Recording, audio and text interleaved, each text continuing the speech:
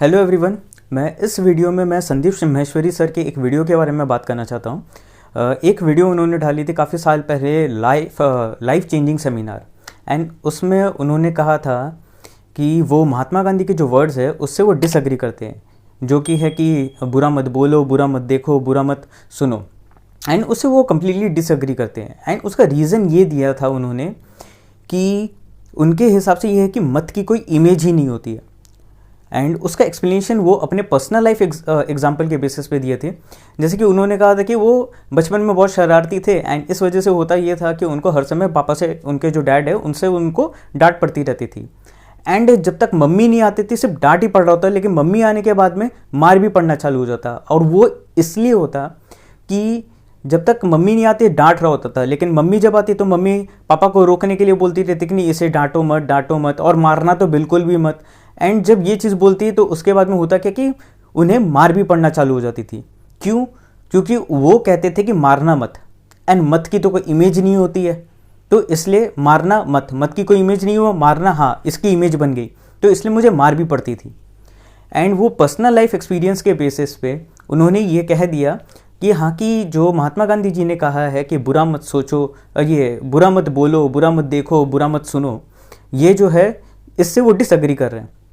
And इसके जगह वो अपने नए एक विचार लाए जो कि अच्छा भी है, जो कि उन्होंने कहा कि अच्छा बोलो, अच्छा सुनो, अच्छा देखो। लेकिन वो सिर्फ एक पर्सनल लाइफ एक्सपीरियंस के बेसिस पे ये कह दिए कि हाँ कि बुरा मत सोचो, ये बुरा मत बोलो, बुरा मत देखो और बुरा मत कहो, जो है वो गलत है एकदम। अब अगर ऐसा बात है तो उन्होंने उस सेमिनार में ये भी कहा था कि बचपन से हमें ये सिखाया जाता है कि ये चीज़ आसान नहीं है, अमीर बनना आसान नहीं है। अगर मत और नहीं की कोई इमेज नहीं होती है, तो अगर जब भी कोई ये कहता है कि हाँ कि आसान नहीं है, हमें बचपन से ये सिखाया जा रहा है और इस वजह से हम मान लेते हैं कि हाँ कि ये आसान नहीं है।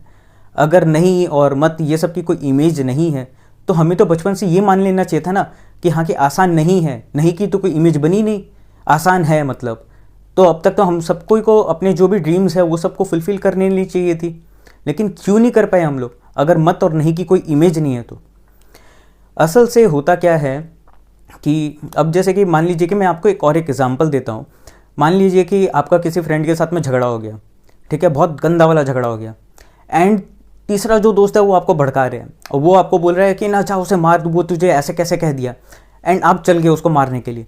एंड जैसे ही आप मारने के लिए गए, आप देखते हैं, अब सोचिए कि वो उसने कहा कि ये ना इसको मार, अब तो इमेज भी बन गई है कि हाँ मारना है, ठीक है। लेकिन जैसे ही आप मारने के लिए जाते हैं आपको पुलिस दिख जाता है, एंड आप फिर सोचने लग जाते हैं कि हाँ कि मैं इसे मारूंगा तो पुलिस मुझे पकड़ के ले जाएगी।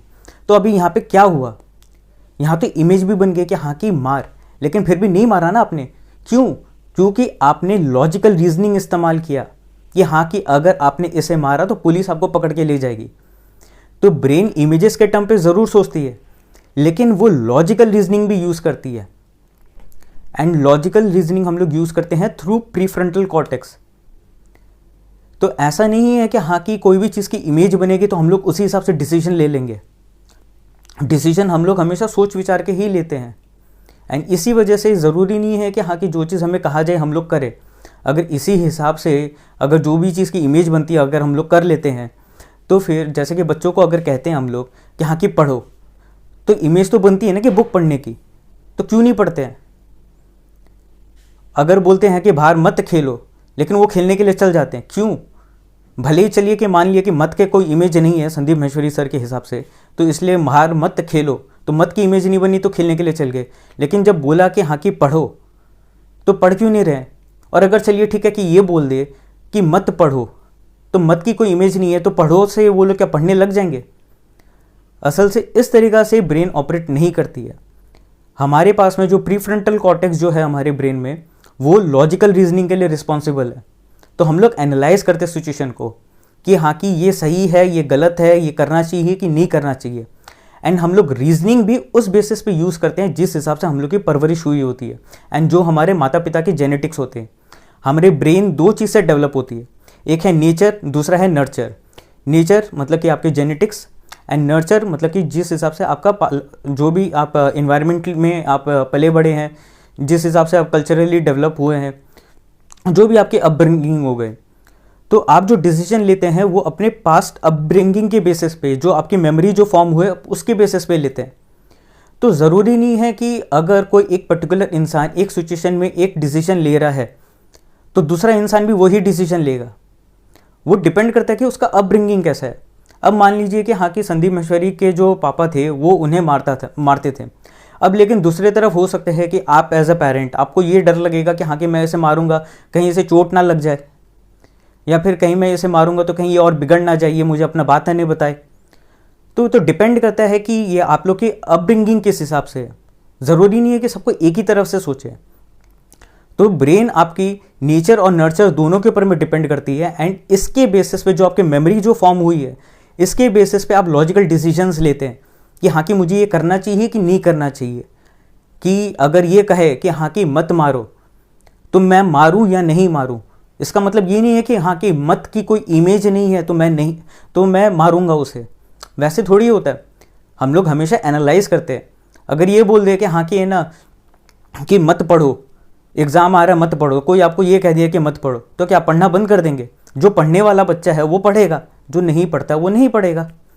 तो विथ ड्यू रिस्पेक्ट, मैं जो उनका जो लाइफ चेंजिंग जो सेमिनार था मैं उससे डिसएग्री करता हूँ, जहाँ पे वो कहे थे कि वो महात्मा गांधी जी से डिसएग्री करते हैं।